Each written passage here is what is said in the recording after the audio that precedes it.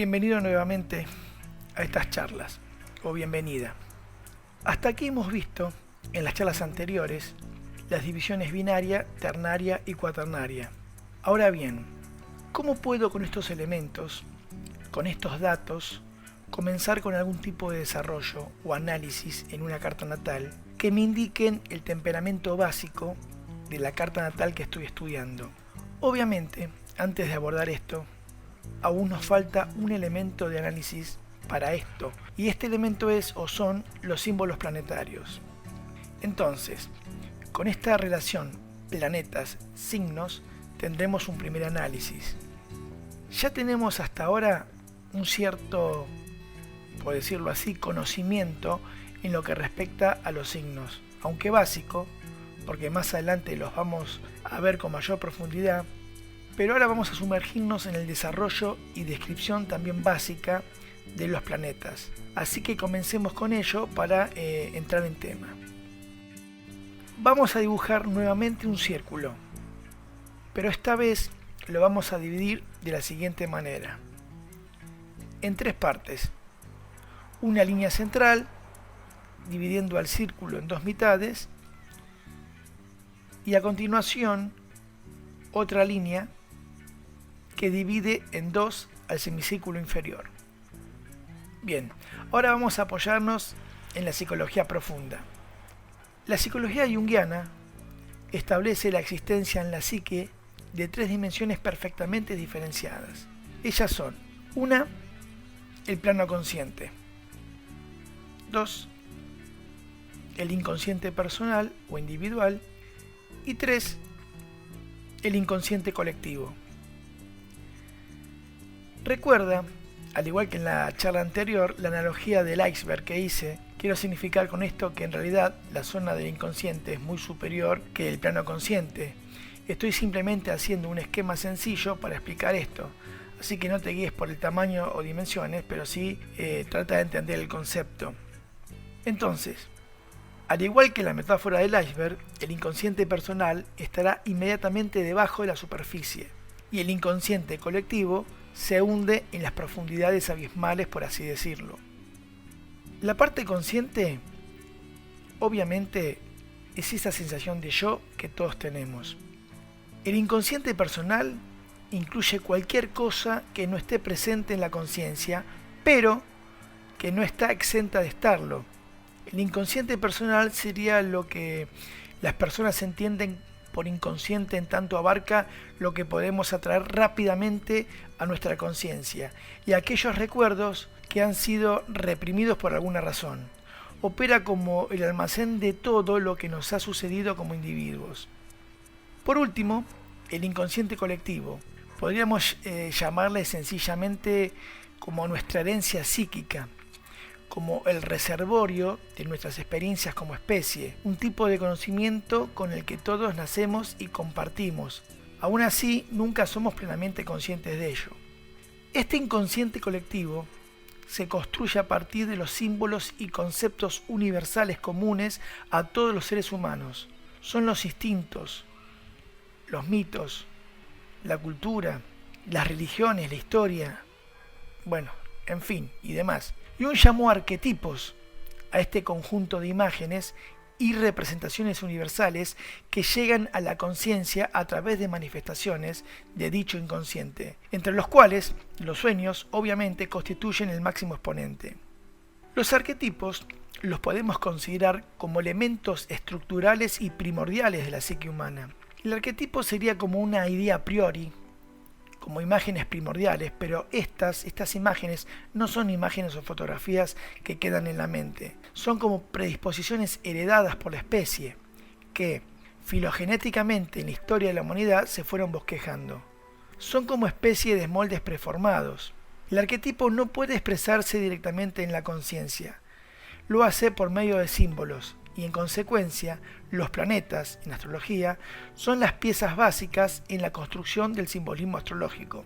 En astronomía, por ejemplo, los planetas son los componentes que forman el organismo de nuestro sistema solar, pero en astrología, los planetas son los símbolos de los poderes del inconsciente. En psicología se puede hablar de sincronicidad, como hablé en una charla anterior, o sea, el fenómeno de un evento del mundo externo, que en este caso estaría representado por los aspectos planetarios del sistema solar, que coinciden significativamente con un estado mental psicológico en uno. De hecho, los planetas reflejan nuestras propias necesidades e impulsos, ya sean conscientes o inconscientes.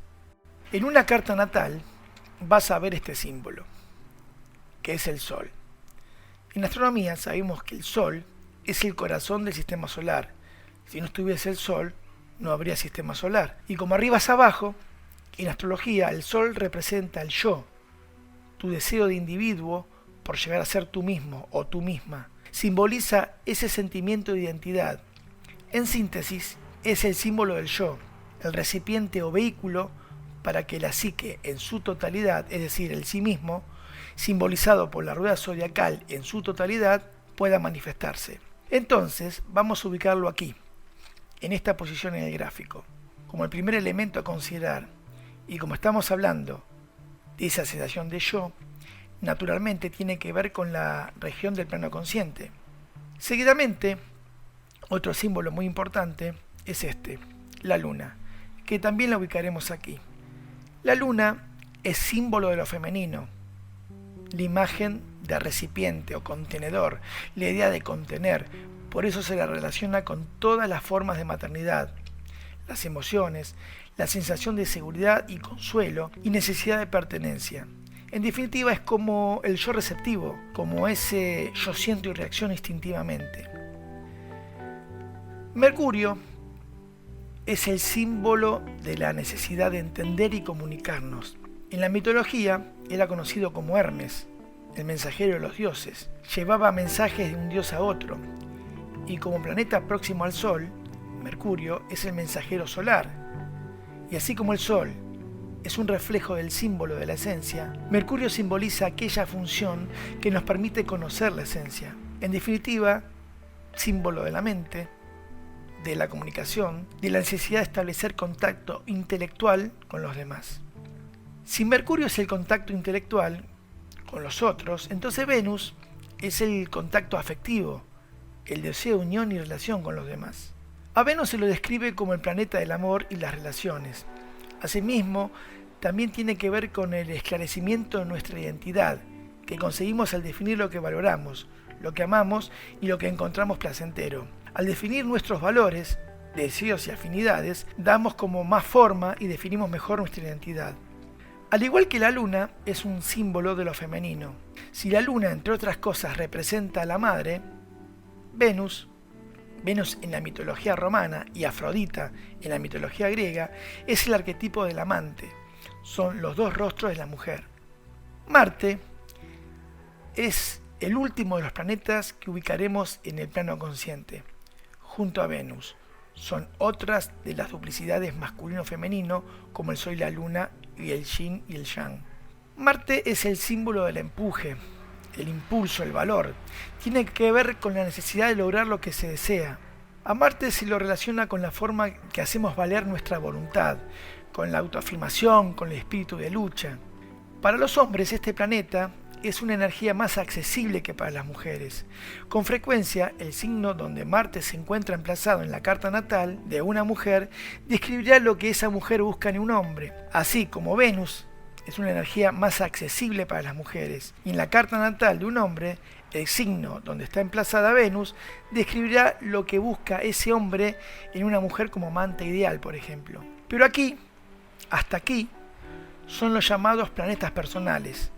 El Sol, la Luna, Mercurio y Venus y Marte son los planetas personales. Las energías psíquicas que simbolizan están orientadas hacia el yo y son accesibles a la conciencia con relativa facilidad.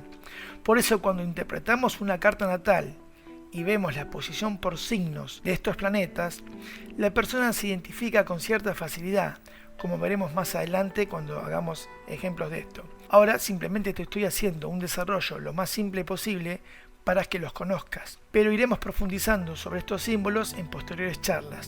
La idea es que puedas hacer un simple ejercicio en la siguiente charla para no llenarte de tantos datos, pero todavía nos quedan algunos más. Tal es el caso de Júpiter. A partir de este planeta, y conjuntamente con Saturno, dejamos atrás la esfera de las tendencias e impulsos personales. Júpiter nos saca de la esfera de la conciencia nuestro yo personal para que comencemos a establecer contacto con lo transpersonal. Este planeta simboliza la necesidad de trascendencia, la necesidad que nos impulsa al crecimiento. Se relaciona con las regiones superiores de la mente intuitiva, se lo relaciona con el impulso a la búsqueda de la verdad y el significado en la vida. El planeta Júpiter está conectado con la necesidad inherente a la psique de crear símbolos. Es verdaderamente el dios de portal porque constituye el vínculo entre consciente e inconsciente. Por eso lo ubicaremos aquí en el gráfico. En definitiva, la expansión, el optimismo, el crecimiento, la esperanza y la búsqueda del significado, entre otras cosas, tienen que ver con este símbolo. La contracara de Júpiter es seguramente Saturno. Saturno junto a Júpiter son los guardianes de las puertas del mundo personal.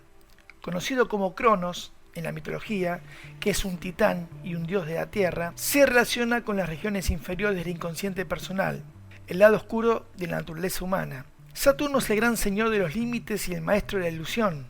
El lado destructivo de la naturaleza humana, que Jung llama la sombra, en astrología se lo relaciona con Saturno. La palabra sombra cubre una extensión muy amplia y puede abarcar varias dimensiones de la experiencia. La propia debilidad, la inferioridad, todo lo que hay de nosotros de oscuro, digamos deforme y primitivo. El lado sombrío de la personalidad es por lo común completamente inconsciente en uno, pero no está oculto de la misma manera para los demás, y cuanto más inconsciente sea, más obvio será ese aspecto para los demás. El hecho de estar ciegos, entre comillas, para nuestro propio lado oscuro y proyectarlo sobre los otros es algo increíblemente común. Es algo que nos pasa a todos. Sobre la proyección voy a hablar en otra charla para no extenderme en esta, que estoy tratando de describir el significado astrológico de estos símbolos. Entonces, decíamos que a la sombra se la puede considerar como un símbolo de todo lo que hay debajo y rudimentario e inconsciente en uno. Pero Saturno también es estructura, limitación, disciplina. En donde está Saturno en la carta son áreas de la vida en donde hay que trabajar, trabajo psíquico y profundizar y reflexionar. Pero si entramos de lleno con esto y nos enfrentamos con este reto de Saturno, nos fortalecemos y somos recompensados con un conocimiento y una realización mayores en ese ámbito de la vida. Como resultado, llegamos luego a convertirnos, entre comillas, en maestros en ese mismo campo o ámbito que más difícil nos ha sido dominar. Por eso, siempre digo que cuando hablo de Saturno, siempre digo lo siguiente: en la limitación se conoce al maestro, ya que éste nos hace tomar conciencia de los territorios que debemos trabajar y fortalecer.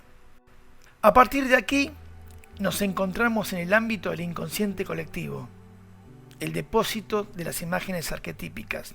Estos planetas que voy a mencionar a continuación los voy a ubicar en este sector del gráfico, en el plano del inconsciente más profundo, el inconsciente colectivo. Estos planetas son los llamados transpersonales y son los que desestructuran al yo consciente.